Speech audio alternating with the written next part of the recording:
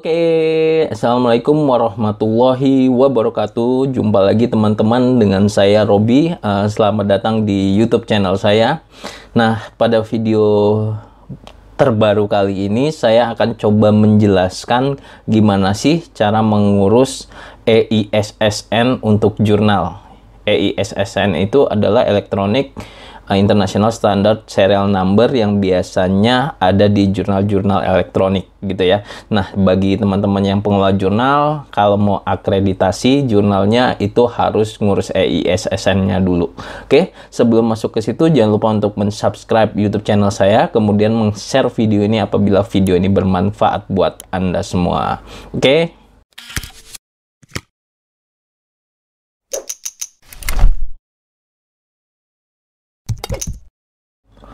Oke, teman-teman semua, seperti yang saya jelaskan di pembukaan video ini tadi, hari ini kita akan coba ngebahas gimana sih cara membuat ISSN atau International Standard Serial Number elektronik untuk jurnal.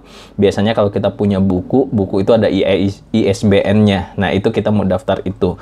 Nah, kepentingannya buat apa? Kepentingannya buat akreditasi jurnal gitu ya. Nah, ini sangat penting bagi teman-teman yang baru mengelola jurnal atau pengen tahu bagaimana sih cara membuat EISSN di website secara online. Oke, masuk ke layar teman-teman. Sebenarnya kalau untuk mengurus ISSN online itu ada satu lembaga di LIPI, Lembaga Ilmu Pengetahuan Indonesia, yang mengurus bagian itu gitu ya. Jadi mengurus bagian tentang EISSN, agak ribet ya. Oke, nah kebetulan juga saya merupakan pengelola jurnal di kampus, yaitu Jurnal Explore. Kalau misalnya di Google, nah ini dia Jurnal Explore, dan alhamdulillah jurnal ini baru saja terakreditasi pertama kalinya gitu ya. Nah, ini sangat penting buat saya untuk meng-share biar teman-teman pengelola jurnal bisa mengakreditasi jurnalnya, walaupun jurnal yang dikelola ini belum sempurna. Nah, kita masuk ke cara mengurus EISSN dulu. Kenapa harus mengurus ini? Seperti yang saya jelaskan di awal tadi, bahwa kita harus, salah satu syarat mengakreditasi adalah harus memiliki EISSN-nya gitu ya. Nah, silahkan di search di Google aja, ketik ISSN LIPI. Nah, akan tampil di sini ISSN Online LIPI. Nah, Bapak Ibu semua akan dihadapkan tampilannya seperti ini. Nah, ini banyak sekali. Ini contoh-contohnya. Kita scroll ke bawah saja, kemudian Bapak Ibu bisa klik di sini adalah pilih link formulir permohonan ISSN baru. Nah, kalau diklik akan tampil seperti ini. Nah, silakan Bapak Ibu sesuaikan nama terbitan. Nama terbitan itu nama jurnalnya, dan harus disamakan dengan OJS, Open Journal System, yang Bapak Ibu miliki di kampusnya jurnalnya. Jadi misalnya contoh, kalau nama saya di sini Explore, terus di sininya ada tulisan Jurnal Sistem Informasi dan Telematika, sampai terakhirnya itu harus Bapak Ibu tulis nama terbitannya. Kenapa? Ini proses administrasinya sangat detail banget. Itu yang saya alami karena dulu di awal saya hanya mendaftar ekspor, si admin meminta saya untuk menambahkan nama yang ada di sebelahnya gitu ya. Jadi harus disesuaikan dengan nama yang ada di OJS-nya. Nah, ini nama terbitan, kemudian sinopsisnya berisi tentang sinopsis dari jurnal, kemudian institusi pengolahnya, baik institusi Bapak Ibu penelitian ataupun kampus ataupun yang lainnya. Kemudian situs terbitan harus kita masukin juga. Ini websitenya harus dimasukkan, kemudian linknya. Selanjutnya adalah kontak penanggung jawabnya. Nanti kita bakalan berkomunikasi terus sama si admin pengolah jurnal, pengolah ISSN LIPI-nya. Kemudian alamat institusinya diisi, surat elektronik diisi, kemudian telepon juga diisi, fax juga kalau memiliki itu diisi, kemudian adalah penerbit, kemudian situsnya, kemudian frekuensi terbitan, apakah setahun 2 kali, atau 1 tahun sekali, atau setahun 3 kali, itu bisa dipilih. Jadi misalnya kalau setahun 2 kali, kita bisa pilih angka 2, kemudian pilih tahunan, kayak 6 bulanan ya, kalau berarti kita buat 6 bulanan gitu ya. Jadi terbitnya 6 bulan, berarti kalau setahun 2 kali. Edisi mulai berlakunya, jadi edisi yang mulai berlaku ini adalah edisi yang pertama kali kita mau urus EISN-nya. Jadi kalau Bapak Ibu sudah terbit 3 volume gitu, tetapi yang volume keempatnya baru mau di EISN, berarti terbitannya yang terbaru gitu ya. Kita nggak bisa balik mundur. Kemudian media terbitan, kita pilih yang online. Kategori keilmuannya silahkan disesuaikan dengan kategori keilmuan dari jurnalnya. Kemudian di sini ada kunci dinamis. Nah, ini paling penting Bapak Ibu juga. Saya sering salah berkali-kali sampai saya menghubungi administrator dari si LIPI-nya bahwa ketika kita ingin masukkan kunci dinamisnya, ini ada angka kita masukkan ke sini dan tidak boleh di copy paste Bapak Ibu. Jadi kita harus ketik manual gitu ya. Dulu saya copy paste salah terus. Dan rupanya harus ditulis gitu ya. Nah, kemudian kalau sudah Bapak Ibu isi di checklist kemudian disimpan, nanti Bapak Ibu akan diberikan akun gitu ya. Akan diberikan akun oleh ISN-nya melalui email kalau nggak salah, atau nanti langsung dapat kalau nggak salah di aplikasi ini untuk melihat akunnya. Jangan lupa untuk disimpan di notepad ataupun di media simpan yang lainnya, karena akun itu akan diperlukan sampai EISN itu terbit gitu ya. Nah, ini contohnya ketika saya sudah login, nanti loginnya masuk aja ke akses di sini.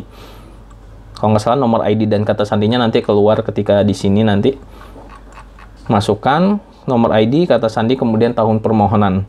Tahun permohonannya tahun 2020 kalau Bapak Ibu mengajukan sekarang gitu ya. Nah, kemudian saya sudah login seperti ini. Nah, ini dia ada nomor ID-nya, kemudian mengurusnya kapan, kemudian nama terbitannya, ini harus lengkap dan sesuai dengan OJS.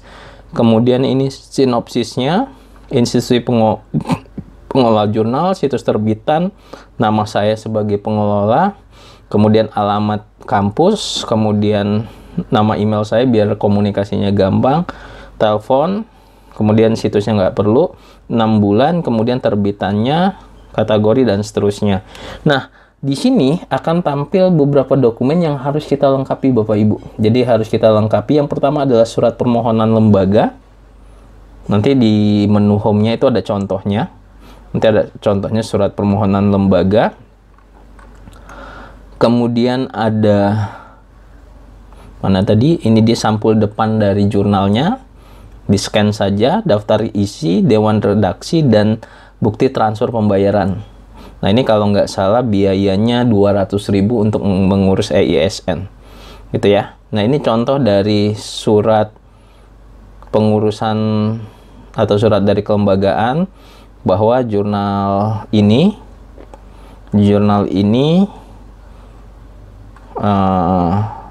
memang benar untuk mengurus EISN. Nanti saya coba share contohnya kalau misalnya di menunya nggak ada. Kemudian ada sampul depan, daftar isi, dewan redaksi, bukti transfer.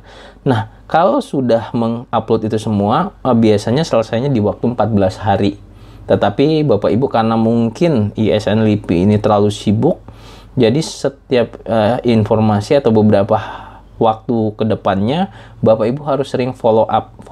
Ya, kalau saya dulu sering menelpon adminnya. Jadi di halaman utama ini dikasih nomor nih, kemudian ada extensionnya nih. Di sini ada tim layanan ISN, di telepon. Jadi harus di follow up terus. Kalau didiemin kita nggak bakal dapat ininya. Nanti Bapak Ibu tinggal telepon aja mamas-mamas atau ibu-ibu atau mbak-mbak yang cantik dan yang ganteng-ganteng ini. Nanti gimana follow up-nya. Dan biasanya mereka komunikasi nggak via email Bapak Ibu. Mereka komunikasinya via kirim pesan seperti ini. Dan kita harus sering-sering login karena nggak ada notifikasi kemana-mana gitu. Jadi kita ingat-ingat aja, oh kemarin pesannya berapa? Oh misalnya kemarin 2, sekarang ada 10 pesan. Berarti kita klik, nah ini ada komunikasinya. Gitu ya. Jadi komunikasinya bisa via arsip ini, tapi terlalu agak lama sih, nggak terlalu lama, agak lama. Dan semuanya ini bakalan dikasih tahu informasinya, apakah secara administrasi EISN kita bisa diterbitkan atau masih ada kekurangan-kekurangan yang lainnya. Itu sangat detail sekali, dan satu lagi itu harus di follow up. Nah, kalau sudah kita menunggu, nanti kita akan dikirimkan nomor EISN-nya, yaitu nomornya sama barcode-nya. Kemudian kita bisa masukin angka berapa saja untuk mengganti karakteristik ini. Boleh diisi, boleh juga enggak. Nah, kemudian ada SKISSN-nya. Nah, ini kita bisa lihat. Kalau sudah terdaftar, nah mereka memberikan SKISN-nya gitu ya. Ini dia bahwa SSN terus sudah diterbitkan dan beberapa syarat dan kewajiban-kewajiban kita lainnya. Nah, mungkin itu aja Bapak Ibu untuk pengurusan EISN. Biasanya problemnya itu ya tadi sandinya jangan copy paste, kemudian harus di follow up terus si adminnya karena mungkin yang pekerjaannya terlalu overload, jadi kita harus follow up terus ya nggak apa-apa karena kita yang butuh. Kemudian beberapa hal teknis itu juga harus sama gitu ya. Nah, nanti setelah video ini saya akan coba menjelaskan gimana sih cara mengajukan akreditasi jurnal di website Arjuna. Nah, ini sesuai pengalaman saja, tidak menggurui. Mungkin itu aja Bapak Ibu semua. Terima kasih atas perhatiannya. Jangan lupa untuk mensubscribe YouTube channel saya, kemudian share video ini apabila video ini bermanfaat buat Bapak Ibu semua. Terima kasih. Assalamualaikum warahmatullahi wabarakatuh.